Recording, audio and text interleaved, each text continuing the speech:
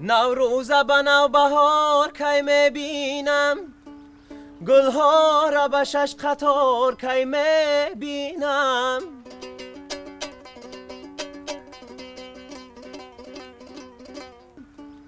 گلها را به شش قطار در فصلی بهاره.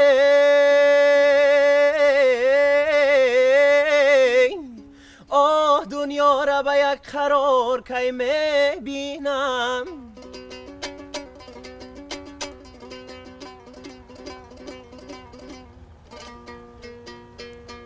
دنیا را به یک قرار کی میبینم. یاره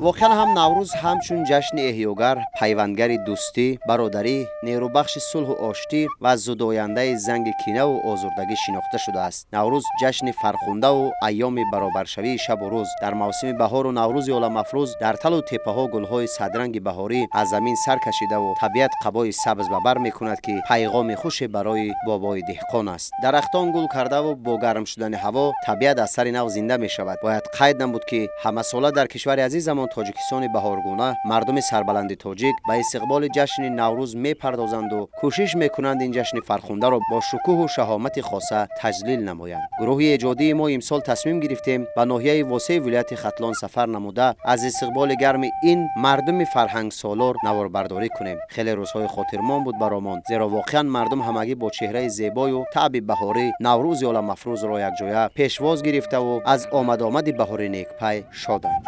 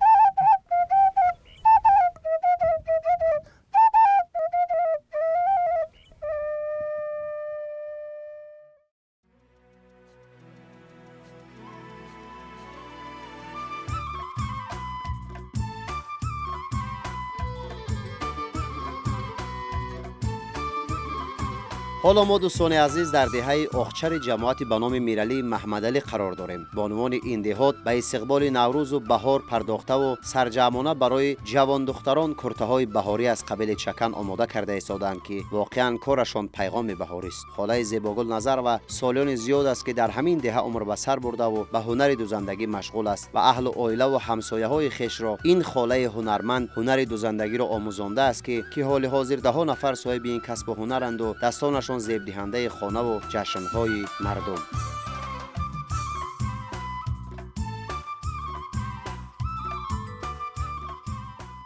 من نظر و زیباگل صاحب 11 فرزند طی 30 سال میشه که در این دهه آخر جماعت میرعلی محمد علی ناحیه واسع همچو مادری همین دهه کار و فعالیت میکنم. طی 30 سال میشه که هم تو رئیس محله با همراهی همین زنهای خانشین ما در یک عائله شده کار و فعالیت دوزندگی، قراقدوزی و نقشدوزی میکنیم.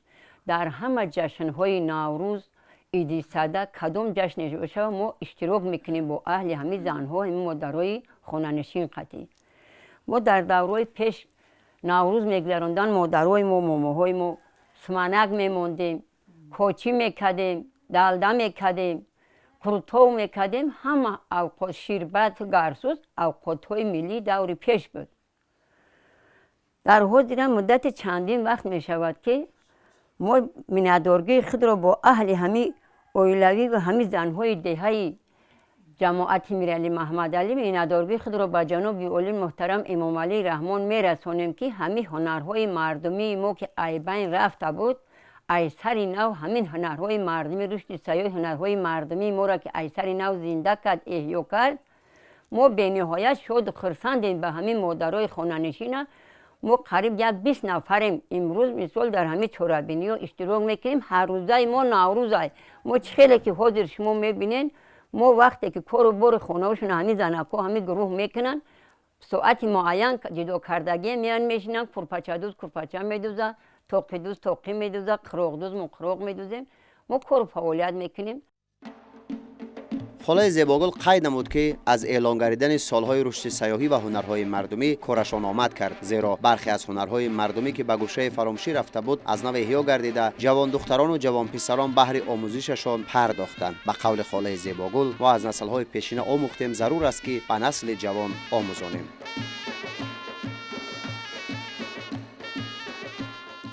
البته میان ما حتی من میایم به پیش ما میان آموزش میان ما در درسای تعلیم مهنتشون رفته خبر میگیریم که شما چه آموزش دارین. یک گروه جوان داریم بسیارن در مدینه در نوروزی میرن همش کار فعالیت میکنن در جشن اشتراک میکنن آموخته شدن شروع بهترین حضرت میدوزن جوانان خیلی ما ای مادر و ماممون با ما موند ما هم کوشش میکنیم که با جوان دخترها همه هنرهای خلقی و ملی و درس و دومون نشون بدیم که ایو هم با مانند مادر و ماماشون با کار فعالیت کنن با پاس ماندار آینده تاجیکستان فرزندای جوانن کو.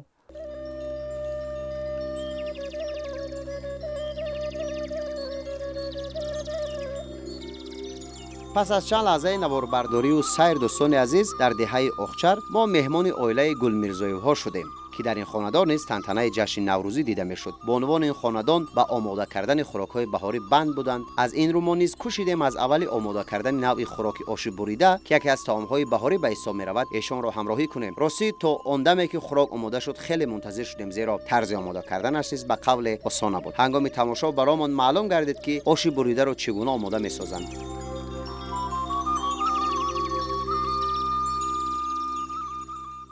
ما در هر سال همین نوروزی ده همین خیلی خوراک بهاری گفته بس که علف‌های طبیعی در همین فصل میرویند ما همین اوقات بیشتر تیار میکنیم. این خوراک تیار میکنید چی نام دارد؟ اوتلای بریده همسایه‌ها در هر چی کدن تقسیم میکنیم که بهار اومد گفته همین پیغامی بهاری میکنیم با همسایه و همسایه روان میکنیم.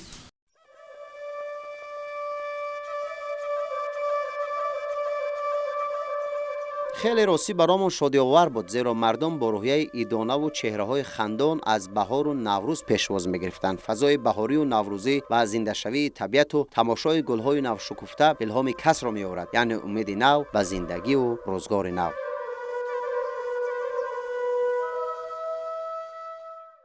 و ما الهام در خرسندی داره وقتی کشت کار میشوه احیا میشوه تمام دهقان زنده میشوه تا زمین که همه در فکر کشت کار و زندگی و کار فعالیت میکنن. واقعا بهار فصل زیبای و معطر ایامی است که هر یک نفر میخواهد حرف تازه گفته باشد. گل دختران آمدن بهار را آرزو میکنند، زیرا ایشان شبیه بهارند و در این ایام کرته های رنگارنگ را به بر کرده شادی میکنند. هنگام سفر به یک گروه گل دختران واخوردیم که در این باغ زیبا سیر بهارانه داشتند و در آغوش خوشبختی ها میبالیدند. هنگامی که چشمک دوربین را به آن سوی گردانیدیم هر کدام با تبسم و بی‌صبرانه گفتند میخواهیم درباره نوروز و بهار شعر قرائت کنیم. برای خوشایند بود، ما نیز به خواهش‌های ایشان رسیدگی کردیم.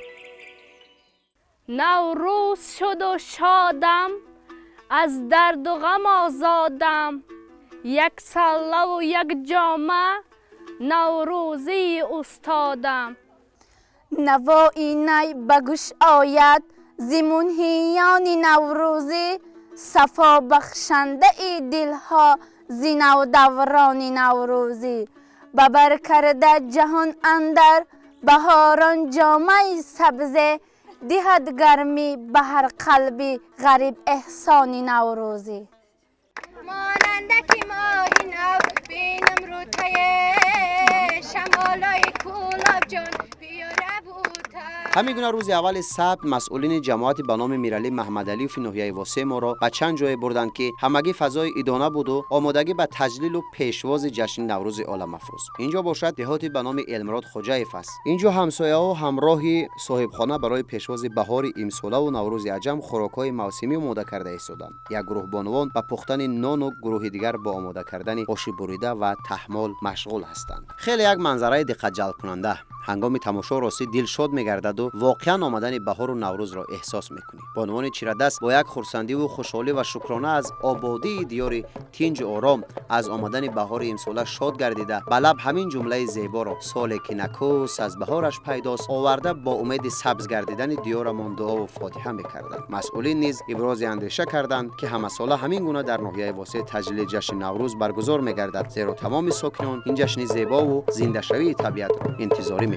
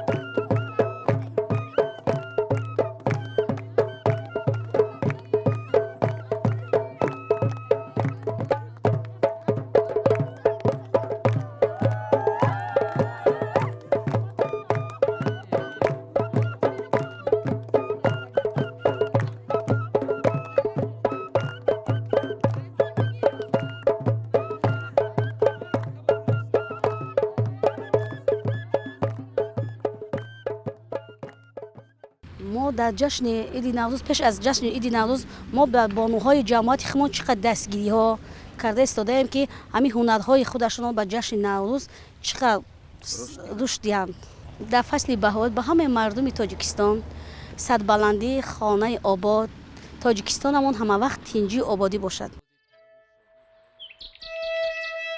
نوروز بزرگترین جشن ملی نیاگان ما به حساب رفته دارای تاریخ هزار ساله ها می باشد. در تاریخ فرهنگ مردم ایرانی تبار هیچ یک عنعنه و رسم آیین چون جشن خجسته و فرخنده نوروز عزیز ارجمند و کهن‌تر نیست. نوروز پیوندگر نسل امروز با رسم آیین، ارزش‌های استتیکی، مهر و صداقت و عنعنات نیاگان می باشد. جشن نوروز از قدیمترین و بزرگترین عیدهای مردم ما بوده، عمر دراز بیش از 5000 ساله دارد. طوری که از نام آن برمیآید نوروز روز نو معنی داشته در اول سال نو خورشیدی به استقبال سال نو برپا می شود. نوروز جشن فرارسی بهار نازنین، زنده شوی طبیعت، آغاز کارهای کشاورزی و باغداری، ایام برابر شوی شب و روز در بهار می باشد. نوروز جشن است تمام عالم طبیعی را زنده می نماید و دهقانان در این ماه به کشت کردن آغاز می کنند.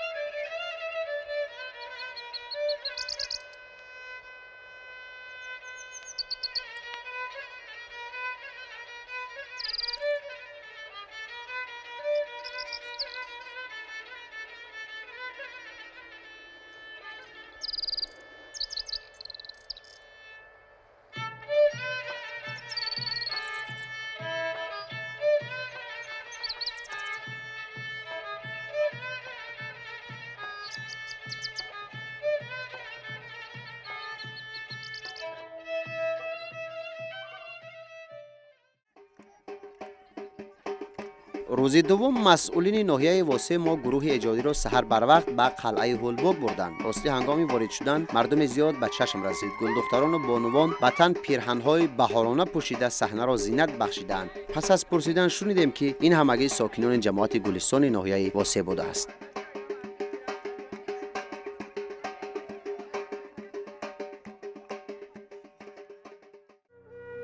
بزرگ می‌فرماید زیکوی یار می آید نسیم باد نوروزی، از این باد ار مدد خواهی چراغ دل برافروزی، و بستان رو که از بلبل رموز عشق گیری یاد، به مجلس آی کس حافظ غزل گفتن بیاموزی. ایامی بهاران است، گل باد گل افشان است، گویا که صدای دل در چک چک باران است، در چک چک باران است. گل به رخ یار خوش نباشد، بی باده بهار خوش نباشد، طرف چمن و طواف بستان بی لاله و زار خوش نباشد. این همه روزی که روزی ماست، روزی مادر است، آتش نوروز هم یک شعله سوز مادر است. نوروز به نوبهار کی میبینم، گلها را به شش قطار کی میبینم، گلها را به شش قطار در فصل بهار، دلها را به یک قرار کی میبینم.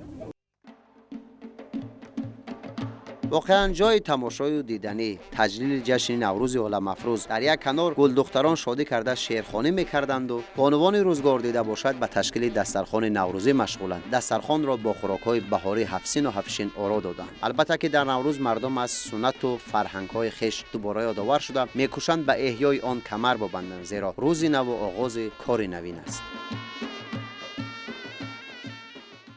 ای جوره به کف هدیه نوروز بیا، هر لحظه و هر دقیقه هر روز بیا، بر سری چمن سری چمن سری چمنه، با پیرهنی سفید گل دوز بیا، هر روز بیا که بزم بنیاد شود، اندوه دلی غریبه برباد شود، از دیدن روی دوست از خنده دوست، دل شاد شود شاد شود شاد شود، هر روز بیمام پا بدنمه،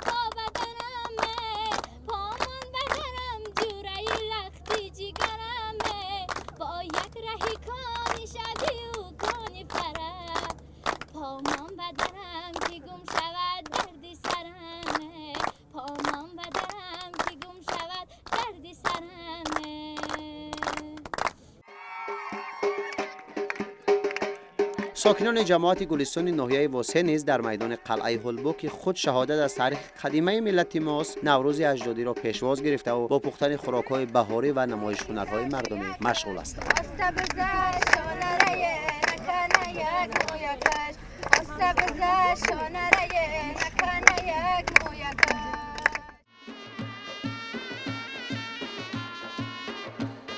چون میدانیم در ایام بهاران بازی‌های گوناگونی بهاری برگزار می‌گردد، از جمله اسب دوانی و بزکشی که دقت تماشابین را جلب نموده کس را به عالم یخ‌ساله‌ها می‌برد.